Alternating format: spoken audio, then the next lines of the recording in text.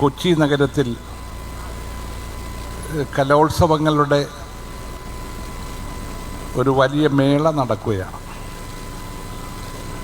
അതുമായി ബന്ധപ്പെട്ടുകൊണ്ട് തന്നെ ഇവിടെ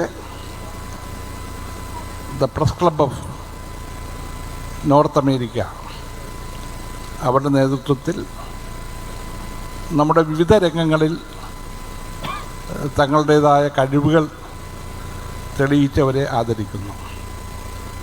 ഈ ചടങ്ങിൽ പങ്കെടുക്കാൻ കഴിഞ്ഞതിൽ വലിയ സന്തോഷമുണ്ട്.